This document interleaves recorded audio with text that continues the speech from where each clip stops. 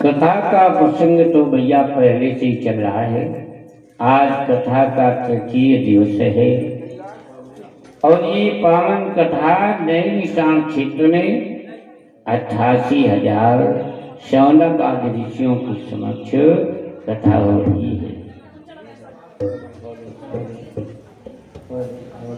तो देखो भाई, कथा सुनने के पहले मन वाणी अंतःकरण को पवित्र करने के लिए एक बार भगवान का नाम लेना अति आवश्यक है। क्यों? भगवान के नाम लेने से सारे पाप नष्ट हो जाते हैं, मन पवित्र हो जाता है, कथा में मन लगता है, कल्याण होता है।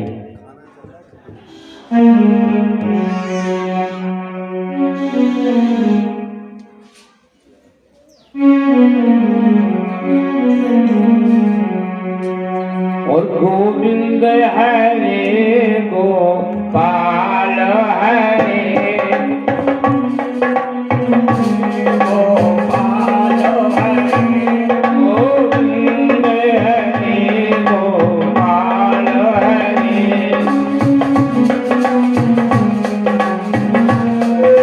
जय जय दयाल हरे,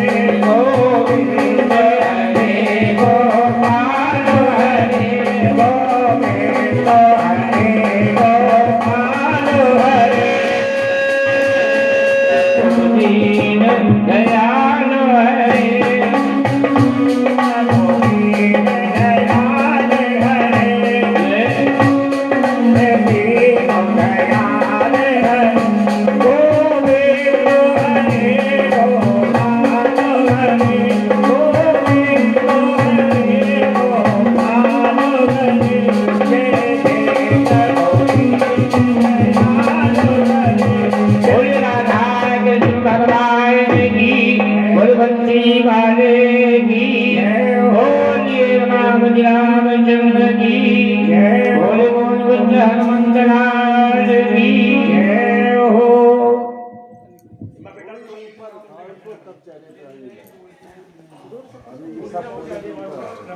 हेलो। हाँ प्रिय भैया भक्तजनों, आज श्री सूत जी से शौनक आदि ऋषियों ने फिर प्रश्न किया। कहा कि कल आपने रात में बहुत ही पावन कथा सुनाई। देखो, जो आपने श्रीमद् भागवत की कथा सुनाई, जिस कथा के द्वारा बड़े बड़े पापियों का उद्धार हो गया, सुन करके हम लोगों की आत्मा तृप्त हो गई। लेकिन अब हमारी आकांक्षा है कि हमने सुना है कि राजा परीक्षित, जिनका उदय से अस्त तक राज्य था, एक चक्रवर्ती सम्राट थे, जिनके राज्य में गाय सिंह एक घाट में पानी पीते थे। किसी भी जीव में किसी प्रकार का कोई बैर नहीं था। ऐसे धर्म के राजा परीक्षित, हमने सुना है कि उन्होंने एक ही क्षण में अपने सारे वैभव का परित्याग कर दिया। राजपाट, धन धाम, पुत्र, कलेक्टर, सब कुछ, और महात्मा भेष में राजसी वस्त्रों को उतार दिया। संत भेष में जटाओं को बिखेर करके और एकाग्र चित्त जा करके गंगा की पावन तट पर बैठ करके भगवान की कथा में तल्लीन हो गए। ऐसे धर्म के राजा की परीक्षित के वंश, उनके पूर्वजों की पावन कथा और उनके जन्म और उनके जीवन काल की कथा, ये सब सुनने की हम लोगों की आकांक्षा है। महात्मा कृपा करके हमें सुनाओ। इस प्रकार से जिस समय शौनक आदि ऋषियों ने महाराज सूत जी से प्रश्न किया, सूत जी ने बड़ी प्रशंसा की। धन्य है शौनक आदि ऋषियों, तुम लोगों के हृदय में कितना अगाध प्रेम भगवान की कथाओं से है। ये तुम लोगों के हृदय को हमने समझ लिया है, जान लिया है, तो मेरी आत्मा संतप्त है, प्रसन्न है। इसलिए जो तुमने पूछा है वही मैं कथा तुम्हें सुनाऊंगा। कई वही प्रसंग बखानी, सुनो मुनियों मन में सुख मानी। ऐ महात्माओं, वही मैं प्रसंग कहूंगा जिस प्रसंग के लिए तुमने हमसे प्रश्न किया है। चित्त में प्रसन्न हो करके और बैठो। क्यों? कथा में जब तक हृदय प्रसन्न नहीं होता है, इंद्रियां जब तक भगवान की कथा में नहीं लगती हैं, लिखा है कि मन प्रफुल्लित नहीं भटकती इंद्रियां, ऐसे सत्संग में आने से क्या फायदा है। प्रेम के रंग में मन जो रंगा ही नहीं, गम के गोते लगाने से क्या फायदा है। तो जब तक सत्संग में आए हो, चित्त को, मन को एकाग्र, क्योंकि मन बड़ा क्रोधी है, चंचल है। कहा गया है कि मन क्रोधी, मन लालची, और मन चंचल, मन चोर, और मन के कहे न चालिए, क्षण क्षण में गति। और इसकी एक एक क्षण में गति बदलती है, लेकिन इसे भगवान के चरणों में घेर करके जबरदस्ती लगाना हमें तुम्हें पड़ेगा, तभी ये मन लगेगा। तो देखो, आज सूत जी कहते हैं, देखो ये राजा परीक्षित का वंश भरतवंश है, और इनके वंश में सबसे पहले शांतनु राजा हुए हैं। जिनका विवाह गंगा जी से हुआ है। इस प्रकार से इनका वंश चला है। आगे बढ़ते बढ़ते वंश अंत में जो है धृतराष्ट्र और पांडु दो भाई। धृतराष्ट्र के कौरव 100 पुत्र और पांडु के 5 पुत्र। धीरे धीरे स्थिति ये बनी, पांडु का अंत हो गया। अब केवल कुंती माद्री तो सती हो गई, 2 रानियां थी, माद्री और कुंती। माद्री सती हो गई, लेकिन कुंती नहीं, क्यों? बालकों का पालन करना है, 5 बालक हैं। धीरे धीरे आपस में बालकों में बैर विरोध होने लगा। तो भैया ये महाभारत की कथा है, और महाभारत क्यों हुआ? धर्म और अधर्म के आधार पर। कौरव अधर्म के पल्ले पर, मार्ग पर, और पांडव धर्म के मार्ग पर। लेकिन लिखा है यतो धर्मा ततो जया, जहां धर्म है वही विजय है। तो अनेकों उपाय किए इन्हें मारने के लिए।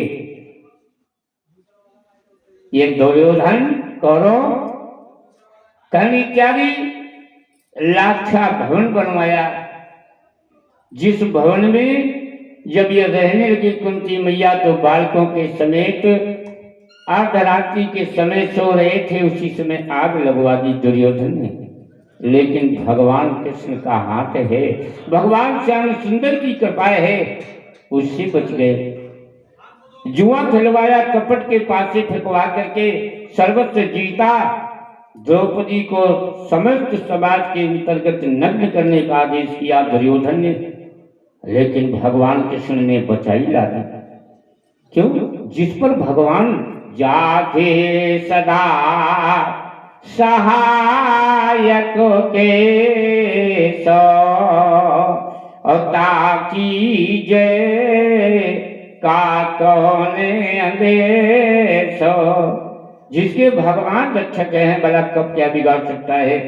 इसी प्रकार से अनेकों पांडवों के साथ अन्याय करते हुए चले आए ये दुर्योधन इत्यादि कौरव। खैर कोई बात नहीं। अंत में पांडवों ने कहा भैया युधिष्ठिर जब ये बड़े हुए पुत्र सामर्थ्यवान, तो कहा भैया हमें 5 गांव केवल दे दो, हम 5 गांव में गुजर कर लेंगे, सारा राज्य तुम्हारा। लेकिन ये तो बिल्कुल बेईमानी, अधर्म। कहने लगा सुई अक्लेन दात दास्यामी, सुई की जों के बराबर मैं पृथ्वी नहीं दूंगा। इस प्रकार से भक्तजनों युद्ध का नंबर लग गया। आज पूरे भूमंडल पर राजाओं के पास निमंत्रण भेज दिया गया। तो 11 छोड़ी सेना दुर्योधन की तरफ आई, और 7 छोड़ी सेना केवल युधिष्ठिर की ओर। क्योंकि उस समय भी अधर्म के मार्गी तमाम थे, धर्म के मार्ग पर चलने वाले कम थे। तो 11 छोड़ी सेना दुर्योधन की ओर आई है, 7 छोड़ी सेना केवल युधिष्ठिर की ओर आई है। जब दोनों सेनाएं आ गई, हस्तिनापुर में उपस्थित हो गई, शिविर लग गए, तो युधिष्ठिर ने कहा अर्जुन युद्ध तो बिल्कुल क्लियर हो गया होगा, क्योंकि सेनाएं आ चुकी हैं, युद्ध बिना बचेगा नहीं बिना हुए। इसलिए अब जाओ द्वारिका और भगवान श्याम सुंदर को ले आओ, क्योंकि बिना कन्हैया के, बिना श्याम सुंदर के विजय नहीं हो पाएगी। भगवान के बिना कैसे काम चलेगा। जाओ। तो रथ ले करके और अर्जुन द्वारिका चले गए, और ये एक दिन पहले ही पहुंच गया। कौन? दुर्योधन। अर्जुन पहुंच गए। अब भगवान श्याम सुंदर अपने मुखार बिंद पर पीतांबर डाले हुए सो रहे थे। निद्रा में अर्जुन ने विचार किया भगवान को कैसे जगाऊं, तो पैरों की तरफ जाकर के खड़े हो गए, हाथ जोड़ करके और भगवान का ध्यान करने लगे। दुर्योधन ने विचार किया, ये बैठ गया उसी से, क्यों? इसके मन में भाव ये कि हमारे रिश्तेदार हैं और हमारे साले हैं, बहनोई हैं। क्यों? अर्जुन को और श्याम सुंदर की बहन सुभद्रा ब्याही थी, इस नाते से उसी से बैठे हैं। और अर्जुन हाथ जोड़े भगवान की स्तुति कर रहे हैं, प्रभु दया करो। श्यामले घन श्याम तुम तो प्रेम के अवतार हो। श्यामले घन श्याम तुम तो प्रेम के अवतार हो। प्रभु दया करो। भगवान के नेत्र खुले तो देखा अर्जुन खड़े हुए हैं। भाई पहचाने थे। भगवान ने कहा, कहो अर्जुन कैसे आए? अर्जुन ने कहा, प्रभु आपसे छिपा नहीं है, युद्ध की तैयारी हो चुकी है, 18 छोड़ी सेना आ चुकी है, अब हमारी रक्षा करो, मदद करो। भगवान ने कहा, अर्जुन करेंगे। दुर्योधन कहने लगा, हम भी आए। भगवान ने मुड़ करके देखा, हाँ तुम कैसे आए? दुर्योधन ने कहा, मेरी भी मदद करो। भगवान ने कहा, दुर्योधन तुम्हारी भी रक्षा मदद करेंगे। दुर्योधन कहने लगा कि तुम दोनों से, अर्जुन से भी कह रहे हो, मुझसे भी। एक मार्ग, एक रास्ता, एक ही समय में दो रास्ताएं, एक पथिक एक रास्ता की कैसे तय कर सकता है? एक ही रास्ता जा पाएगा? दोनों की मदद तुम आओ तो अकेले, लेकिन दोनों की कैसे मदद करोगे? भगवान ने कहा, दुर्योधन उसका आधार है, कुछ नियम है। बता, कहा क्या? भगवान ने कहा, 2 अक्षौणी सेना हमारे पास बढ़िया, जिस पर कोई विजय नहीं प्राप्त कर सकता है, और वो 2 अक्षौणी सेना एक पल्ले पर, और जितने बड़े बड़े महारथी हैं तुम्हारे पक्ष में, तुम्हारे हस्तिनापुर में, जैसे भीष्म पितामह, गुरु द्रोणाचार्य, कर्ण, शाल्य आदि आदि, ये सब एक पल्ले पर। और एक तरफ मैं केवल अकेला रहूंगा, और एक तरफ मैं केवल अकेले, और एक पल्ले पर ये 2 अक्षौणी सेना, और जितने बड़े बड़े महारथी हैं, जैसे भीष्म पितामह, शाल्य हैं, आदि आदि, कर्ण, विकर्ण, अश्वत्थामा, गुरु द्रोणाचार्य, ऐसे ऐसे सब एक पल्ले पर। अब जो मनावे वो ले लो। और एक तरफ मैं केवल अकेला रहूंगा, और वो भी केवल रथ हाँकूंगा। रथ हाँकने का काम, युद्ध स्थल में मैं ये प्रतिज्ञा करता हूं कि अस्त्र नहीं धारण करूंगा, वो छूंगा, स्पर्श नहीं करूंगा। दुर्योधन ने विचार किया कि इनको अकेले लेकर के क्या करेंगे? ग्वाला ठहरे तुमने चराने वाले, माखन चुराने वाले, और हाँकने वाले रथ तो तमाम हमारे पास हैं। कहा, अब ये अक्षौणी सेना और सारे महारथी लेता हूं। भगवान ने कहा, ठीक। भगवान ने कहा, अर्जुन तुम दुखी हो गए होगे कि इतना बड़ा मामला सब इसी को दे दिया। अर्जुन ने कहा, केशव क्यों हमें माया में आपने फंसाते हो? हैं? अरे जाति सदा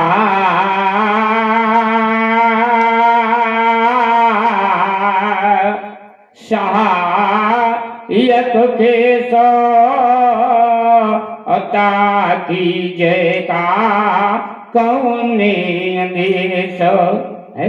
जिसके तुम सहायक रक्षा करने वाले, भला कब इसकी पराजय हो सकती है? प्रभु हमने आपको ले लिया, रथ पर बैठाल करके और हस्तिनापुर ले आते हैं। जिस समय हस्तिनापुर में आए, युधिष्ठिर ने देखा, सिंहासन से उतर करके और भगवान श्याम सुंदर को स्थापित किया, बैठाला, तिलक किया, पूजन किया। और हाथ जोड़ करके चरणों में प्रार्थना की, प्रभु आज के आने से मेरी आत्मा संतुष्ट हो गई, मैं पवित्र हो गया और मेरे मन में शंका थी वो भी समाप्त हो गई। भगवान ने कहा अब ये बताओ युधिष्ठिर कि क्या तुम्हारी इच्छा है, अपने हृदय के भाव को बताओ। हमारे जो है इस युद्ध के पहले तुम ये बताओ तुम्हारी क्या आकांक्षा है। युधिष्ठिर ने कहा कन्हैया इच्छा तो ये है कि ये युद्ध टल जाए, न हो, क्योंकि 18 छोड़ी सेना सारा परिवार जब समाप्त हो जाएगा तब कहीं विजय प्राप्त होगी, इतना बड़ा नरसंहार होगा कि रक्त की नदी बह निकलेगी। तो कन्हैया ये बच जाए, न हो तो नहीं कहे अच्छा है। तो अब की बार श्याम सुंदर हम समझाते समझाते सभी हमारे महापुरुष और लौट आए, निराश हो गए। वेद और भीष्म पितामह गुरु द्रोणाचार्य आदि आदि, लेकिन आखिरी अंतिम बार तुम जाकर के समझा दो, शायद समझौता हो जाए, चले जाए। तो भक्तजनों भगवान श्याम सुंदर देखो भक्तों के बस में रहते हैं। आज अपने भक्तों के जो है और दूत बन करके संदेश ले करके और भगवान कृष्ण जाते हैं, जा रहे थे। द्रौपदी ने सुना कि कन्हैया कृष्ण और समझौते के लिए जा रहे हैं, युद्ध टल जाए। तो द्रौपदी ने अपने महल में बुलाया कि कृष्ण को बुला दो। भगवान कृष्ण ने जिस समय सुना कि द्रौपदी बुला रही है तो गए। कहा क्यों बहन बुलाया? द्रौपदी ने कहा कन्हैया ने इसलिए बुलाया है कि सुना तुम समझौते के लिए जा रहे हो। चला, द्रौपदी ने कहा ठीक है जाओ, लेकिन एक बात का ध्यान रखना कि कन्हैया तुम्हारे ही बल पर जिस समय दुशासन मेरे केस पकड़ करके महलों से खींचता हुआ और दुर्योधन की उस समस्त समाज के अंतर्गत ले गया था और मेरी साड़ी खींची थी जिन हाथों से, तो मैंने प्रतिज्ञा की थी कि ये हमारे बाल उसी दिन केस बंधेंगे जब दुशासन के रक्त से और मेरे बाल बंधेंगे। मैंने प्रतिज्ञा की है। जाओ। भगवान जाते हैं, पहुंचे तो दुर्योधन को समाज में समझाया, बैठे हुए थे समस्त समाज थी। कहा देखो भाई एक ऐसा है कि दुर्योधन तुम केवल 5 गांव दे दो और सारा राज्य तुम ले लो, लेकिन बड़े बड़े प्रांत मांग लिए। भगवान को तो युद्ध करवाना था। क्यों? भगवान की 80 वर्ष की आयु हो चुकी है कृष्ण की जिस समय महाभारत हुआ है। और भगवान को आए क्यों थे? इस धरा के दुष्टों का विनाश करने के लिए। 80 वर्ष की आयु हो चुकी है, बुढ़ापा है, जाने का समय आ गया है, परम धाम का सारा समुदाय फैला हुआ है दुष्टों का, तो भगवान को तो विनाश करना है दुष्टों का। आज भगवान ने 5 गांव बड़े बड़े प्रांत मांग लिए और कहा बाकी राज्य तुम्हारा। दुर्योधन झुंझुला गया क्रोध में, कहने लगा कृष्ण बिना सुई अग्रे केशवा बिना युद्धे न दास्यामी। कृष्ण तुम कह रहे हो 5 गांव, हम एक सुई की नोक के बराबर भूमि नहीं देंगे पांडवों को, बिना युद्ध की हमारा युद्ध हो जाए। और भगवान को कहने लगा, दुर्योधन ने आदेश किया अपने अनुचरों को हिदायत से कृष्ण को बंद जो है पकड़ करके बांध करके जेल में डाल दो। दौड़ पड़ी, लेकिन जिस समय दौड़ी तो भगवान के शरीर से यज्ञ की ज्वाला निकलने लगी, सब जलने से बचते हुए भगे। भगवान ने आकर के कहा युधिष्ठिर वो नहीं मान रहा है, बिना दास्यामी सुई अग्रे केशवा, कह रहा सुई की नोक के बराबर पृथ्वी नहीं दूंगा। फिर युद्ध हो जाए। आज भैया युद्ध की नंबर लग गया। कुरुक्षेत्र मैदान में दोनों पक्षों की सेनाएं उपस्थित हैं। युद्ध होने का नंबर आ गया। दुर्योधन आया तो सबसे पहले अपनी सेना का सेनापति भीष्म पितामह को बनाया। बाबा भीष्म पितामह सेनापति बने हैं दुर्योधन की सेना में। और दुर्योधन कहने लगा, बाबा कितने बड़े बड़े वीर मेरी पक्ष में है, मेरे पक्ष में है, अब कैसे? भीष्म पितामह ने कहा, दुर्योधन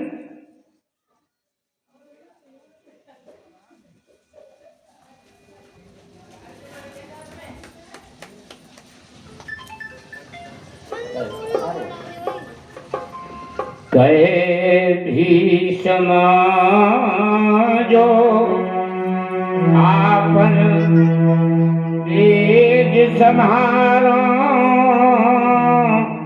तो एक दिवस मां दो दर मारो।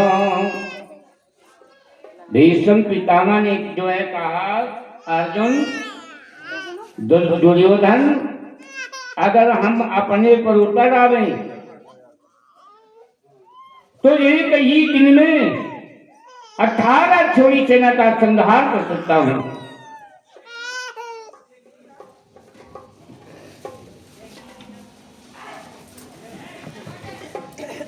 भीष्म पितामह ने कहा, दुर्योधन एक ही दिन में समस्त सेना का भी संहार कर सकता हूं अगर मैं इच्छा कर दूं।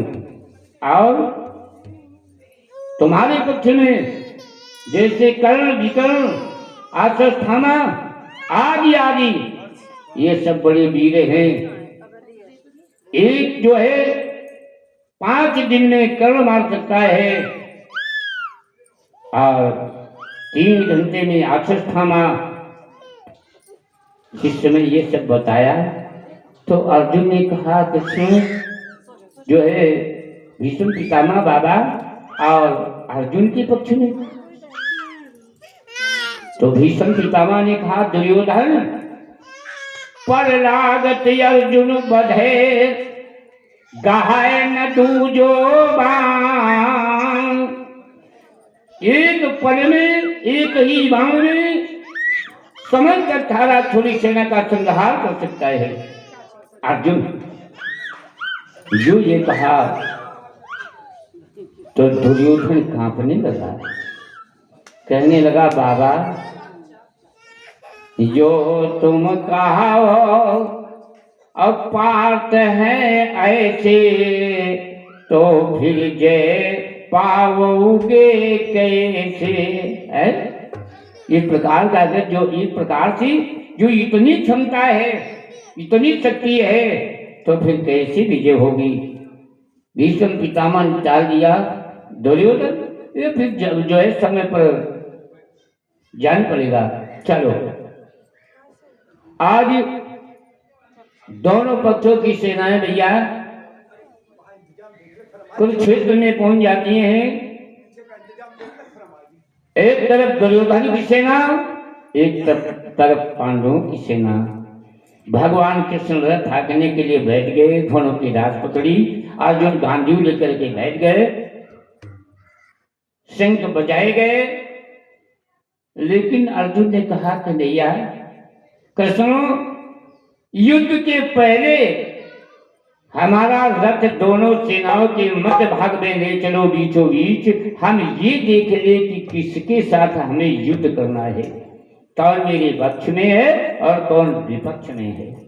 भगवान रथ ले जाते हैं तो जिस समय खड़ा किया, विपक्ष की ओर नजर डाली, देखा सबसे पहले बाबा भीष्म पितामह का झंडा लहरा रहा है, जो सेनापति बने हुए हैं। इसका मतलब पहले भीष्म बाबा से ही नंबर लगेगा, क्योंकि बिना किसी की सेना में सेनापति का संहार किए बिना उस सेना पर कैसे विजय प्राप्त हो सकती है? ये संभव नहीं है। बड़ा दुख हुआ, देखा सब जो है सगे संबंधी हैं। क्या भाई परिवार एक है तो सगे संबंधी तो वही तो है ही रिश्ते नातेदार। और देखा 100 भाइयों के समेत दुर्योधन खड़ा हुआ है, ये भी भाई इसी भी मानना होगा। यदि ये देख करके अर्जुन को मोह उत्पन्न हो गया। अर्जुन ने अपना गांडीव डाल दिया हाथ से और रथ के पिछले भाग में बैठ गए और कहा कन्हैया मुझे युद्ध नहीं करना है। धिक्कार ऐसे राज्य को कि जिस राज्य की प्राप्ति के लिए इतना बड़ा नरसंहार, इतना बड़ा पाप मैं नहीं कर पाऊंगा, छोड़ दिया। भगवान ने बहुत समझाया, कन्हैया अर्जुन ये कर्म क्षेत्र है और हम तुम कर्म करने के लिए आए हुए हैं और मैं ना कर्म करने वाला भी कर्म कर रहा हूं, तुम्हारे साथ गत हाँ करा हूं। ये कर्म क्षेत्र है, कर्म करने का अधिकार है और पाप और पुण्य फल देने का अधिकार भगवान के हाथ में है। वो हमारी तुम्हारे बस में नहीं है। तुम पहले से क्यों विचार करो हमें पाप लगेगा। दुष्ट का आतताई का संहार करना ये पाप नहीं कहलाता है। ये सब जितने विपक्ष में हैं ये सब आतताई हैं, दुष्ट हैं, अधर्मी हैं और धर्म की रक्षा के लिए क्यों ये अधर्म कर रहे हैं। धर्म के प्रति इनके भाव कुभाव है, इसलिए धर्म की रक्षा के लिए इन्हें मारने के लिए तुम तत्पर हो, इसलिए पाप नहीं है। लेकिन भैया नहीं समझ में आया क्यों मोह इतना प्रबल होता है कि मुंह से छुटकारा पाना मुश्किल पड़ जाता है। लिखा है कि मोह सकल व्याधिन कर मूला, यही ते उपजत है बहुसूला। मोह मुंह में पड़ गए। अंत में भगवान समझाते समझाते जब हार गए तो अपने भगवान ने दिव्य चक्षु दिए, दिव्य नेत्र अर्जुन को और अपना विराट स्वरूप धारण किया। जिस समय विराट स्वरूप का दर्शन किया अर्जुन ने तो सारा मोह समाप्त हो गया। अर्जुन उस भगवान के विराट स्वरूप में देखा कि जितनी ये सारी 18 छोड़ी सेना है सब भगवान के विराट स्वरूप में और भगवान रथा करे मैं बैठा हूं गांडीव से समस्त विपक्षियों को बांध रहा हूं। तीनों लोग सारे ब्रह्मांड सब देखा। अब तो अर्जुन का शरीर घबराने लगा। भगवान के विराट स्वरूप को देख करके हाथ जोड़ करके कहा कन्हैया पश्यामि देवा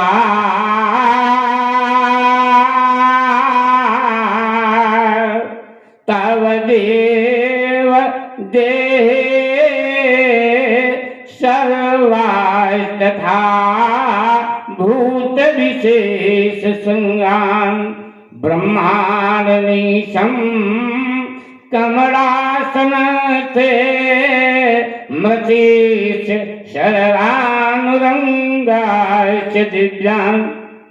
है देवादि देव भगवान आपके शरीर में समस्त भूतगणों के समेत भगवान शंकर को, समस्त ऋषियों के समेत भगवान ब्रह्मा को, समस्त में सबको देख रहा हूं। और भी विद्यावा पृथिव्यो ऋतमंतरमही व्यातम तदैकेन जितस्य सर्वा दृष्ट्वा धृतं रूप उग्रं तवेदं लोकत्रये प्राव्यथितं महात्मन्। पृथ्वी से लेकर के आकाश तक केवल आपका ही विराट स्वरूप हमें दिखाई दे रहा है नेत्रों से, और बीच में कुछ भी शब्द नहीं दिखाई दे रहा है। तो मैं ही नहीं तीनों लोग तुम्हारे ऐसे भयंकर उग्र स्वरूप को देख करके व्यथित हो रहे हैं, महान कष्ट को प्राप्त हैं। और मैं तो अपने अंतःकरण में प्रभु धैर्य ही नहीं धारण कर पा रहा हूं। एक प्रकार से प्रभु दया करो, क्षमा करो। और मेरा सारा मुंह समाप्त हो चुका है। मैं ये भी देख रहा हूं कि यथा प्रदीपम जलनम पतंगा विसंति नाथाय समृद्ध वेगा। जिस प्रकार से पतंगे दौड़ दौड़ करके दीपक की लौ में अपने प्राणों की आहुति देते हैं, इसी प्रकार से ये सब दौड़ दौड़ करके और आपके जो है भयंकर से और उग्र स्वरूप में जलती हुई अपने प्रदीप सब जो है प्राण दे रहे हैं। ये भी मैं देख रहा हूं। और इसलिए प्रभु अब दया करो। सखेति मत्वा और प्रसभम यदुक्तम। हे कृष्ण हे यादव हे सखेति अजानता महिमानं तवेदं मया प्रमादात् त्वमेन वापि। सखेति मत्वा, चाहे अपना सखा मानो, चाहे अपना सेवक मानो, चाहे अपना मित्र मानो, चाहे अपना कुछ भी मानो, लेकिन उस भाव से अब मुझ पर कृपा करो श्याम सुंदर है। और मुझे अपने उस पावन स्वरूप का दर्शन दो। किरीटिनम गदिनम चक्रम से शंख चक्र गदा पद्मे वनमालां विभूषितम। ऐसी पावन मूर्ति का दर्शन दे करके और मेरे अंतःकरण में परम शांति प्रदान करें श्याम सुंदर। कृपा करो मुझे पर श्याम सुंदर, ऐ भक्तिवती चल कहानी वाले।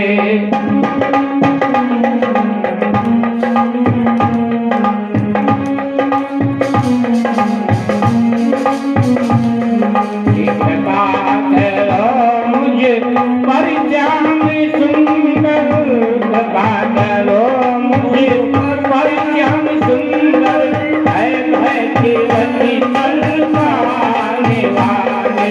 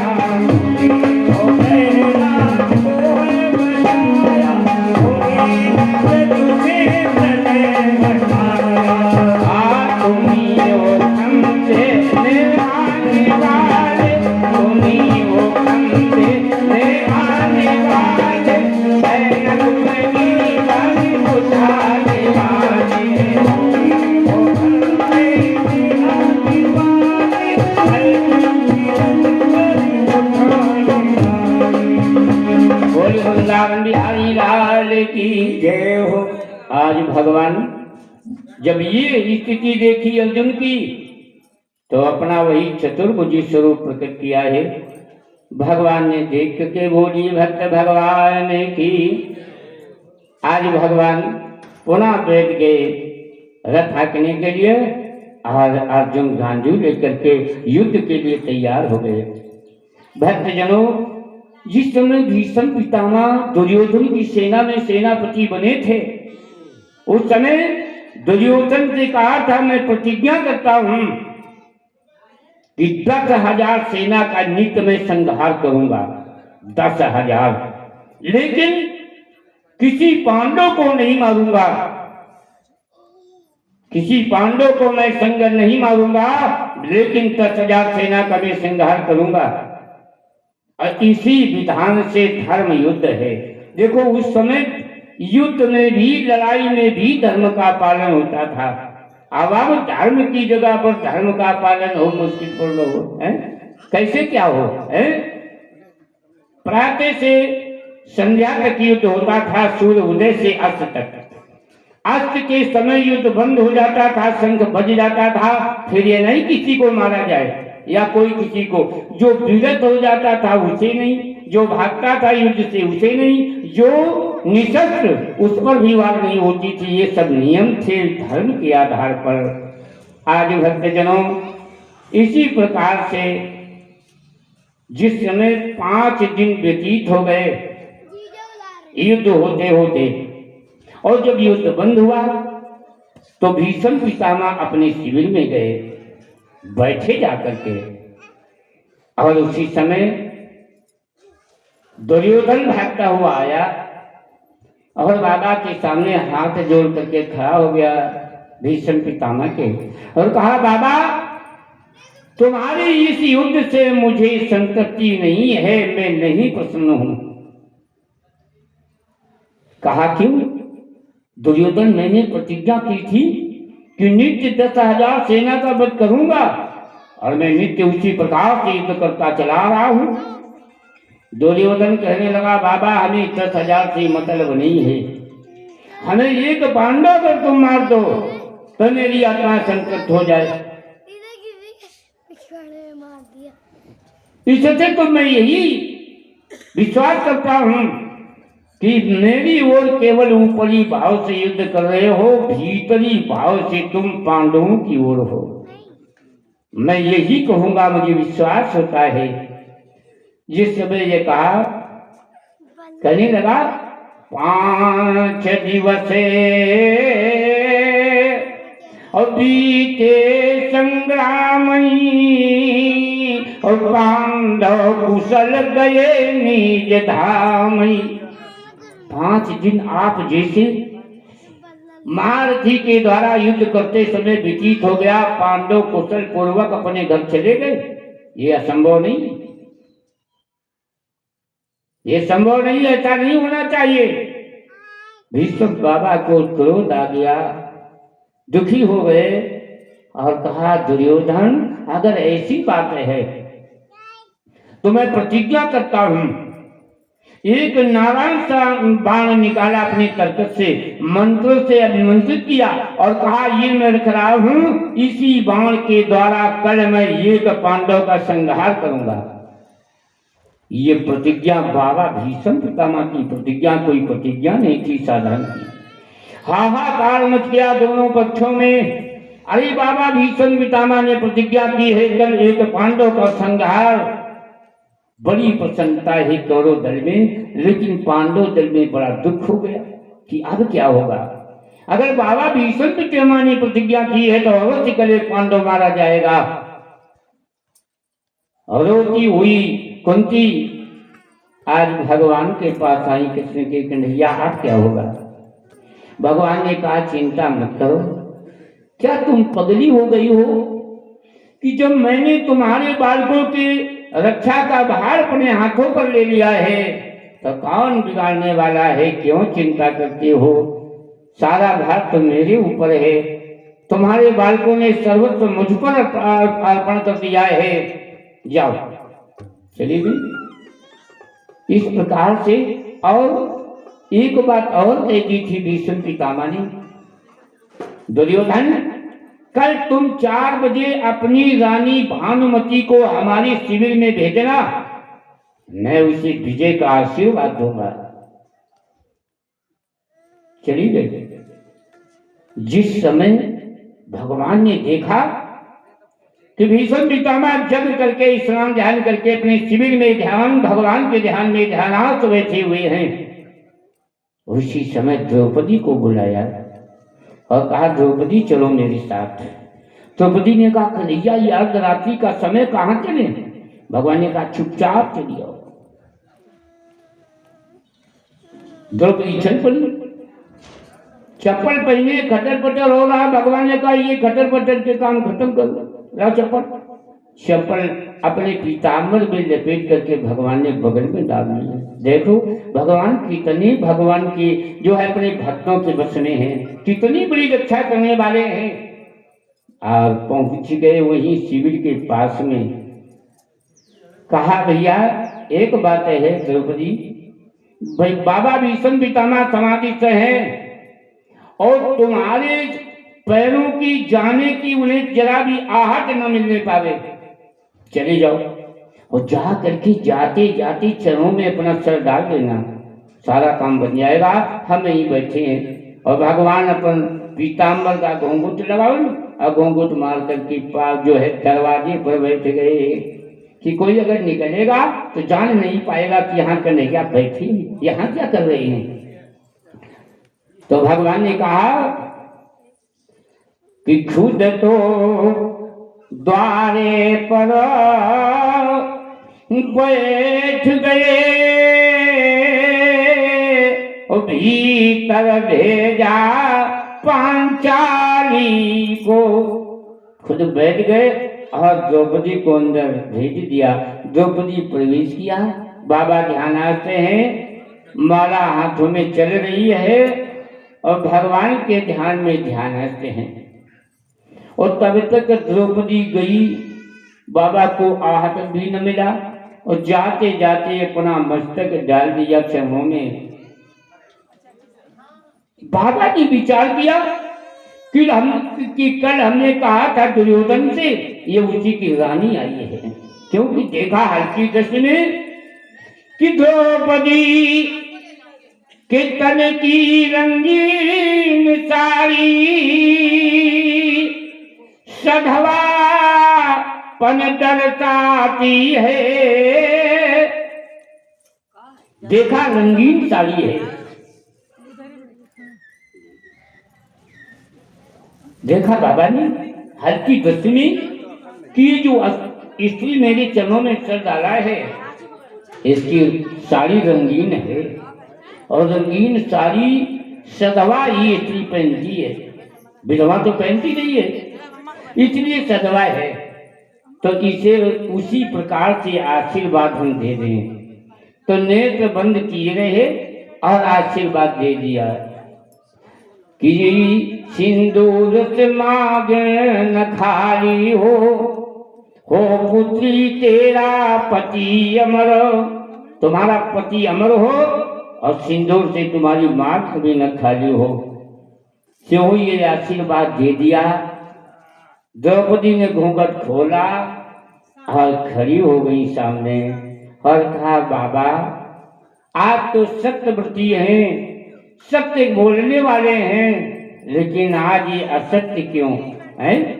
कल तुमने प्रतिज्ञा की थी एक पांडव का मैं संहार करूंगा युद्ध स्थल में, और हमारे तो 5 पति हैं, एक पति तो है नहीं, किसी लिए द्रौपदी को पांचाली कहा जाता था, 5 पति थे।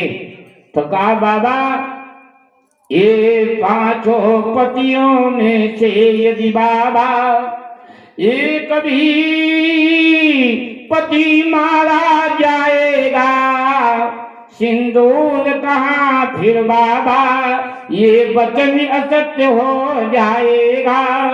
फिर बाबा कहाँ सत्य है, कहाँ आपका वचन।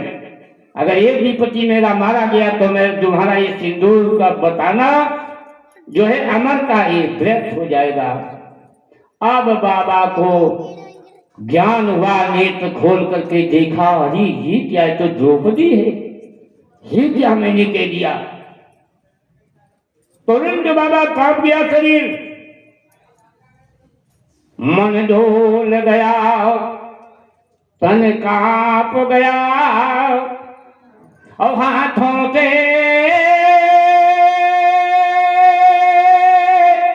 माला छूट गिरी, शरीर कांपने लगा, मन डोल गया और हाथों से माला छूट करके जमीन पर गिर गई और खड़े हो गए। कहा द्रौपदी तुमने दोनों कुलों को पवित्र कर दिया, धन्य है द्रौपदी, तीनों लोकों का जो मालिक है, जो नाथ है, जो दीन बंधु है, त्रिलोकी नाथ है, तो तुम्हारा कहीं पहरा देता होगा, वो कन्हैया कहीं पहरा देता होगा, वही यहाँ पर तुम्हें लाया है। लेकिन ये सत्य बताओ, तो लाने वाला पुत्री तुम्हें यहाँ, वो कहाँ छिपा बंसी वाला, वो सत्य सत्य मुझको बतलाओ, ऐ द्रौपदी हमें बतलाओ, वो कहाँ है। और पुत्री, अब इसका उत्तर मैं बाद में दे पाऊंगा। अब मैं देखूंगा वो कन्हैया है कहाँ, जिसने तुम्हें यहाँ पहुंचाया है। आज भगवान जिस समय आगे बढ़े, भीष्म पितामह देवड़ी पर आए दरवाजे पर, तो देखा क्या कि देवड़ी का दृश्य निराला था और पीताम्बर का घूंघट मारे बैठा वो बंसी वाला था।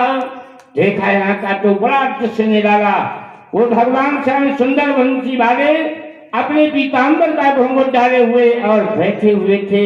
भीष्म पितामह ने कहा, धन्य है कन्हैया, आज भी तुम्हारी वो आदत नहीं गई पुरानी है, बुढ़ापा आ गया, 80 वर्ष की आयु और घूंघट मारे बैठो है, ये छल। लेकिन याद कर लो, तुम्हें मैं चैलेंज करता हूं कन्हैया कि आज तक तुम्हें कोई नहीं मिला होगा, भीष्म पितामह की तुमने प्रतिज्ञा भंग करवाई है। तो सुन लो, तुमने भी प्रतिज्ञा की युद्ध स्थल में इतना धारियों और सच्चे सपूत गंगा सुतवनी हो, काली युद्ध में अक्र में गहाई हो। लेकिन जाओ जाओ पंचवधू जाओ, जो वचन दियो तुम्हें वो सत्य में बनाई हो। अब पांडु पुत्र पे चाप ना चढ़ाई हो, जाओ जो तुम्हें वचन दिया है उसे सत्य करूंगा, लेकिन अब तो हमारा युद्ध और कन्हैया का होगा। इन्होंने प्रतिज्ञा किए है, हम युद्ध स्थल में अस्त्र नहीं धारण करूंगा, पर मैं इन्हें युद्ध स्थल में अस्त्र अवश्य धारण करवाऊंगा। इस प्रकार से आज द्रौपदी को साथ लेकर के और भगवान चल देते हैं। रास्ते में द्रौपदी ने कहा, कन्हैया कृष्ण, बाबा तो इतना गुस्सा हो रहे थे क्रोध में, क्या होगा। भगवान कहने लगे, द्रौपदी चिंता मत करो, हमारा नियम है, जहां जिस समय मेरे भक्त पर संकट आता है उसी क्षण में अपने भक्त के संकट को दूर करता हूँ। आज एक भक्त की रक्षा की और कल वो भक्त से निपट लेंगे, जब मौका आई उस स्थल में तो उससे भी निपट लेंगे। हमारा तो काम सर्वदा है भक्तों की रक्षा करना है। लिखा है, भक्तों की रक्षा करता है गोपाल कन्हैया गिरधारी, संतों की लज्जा रखता है गोपाल कन्हैया गिरधारी। बोल कन्हैया लाल की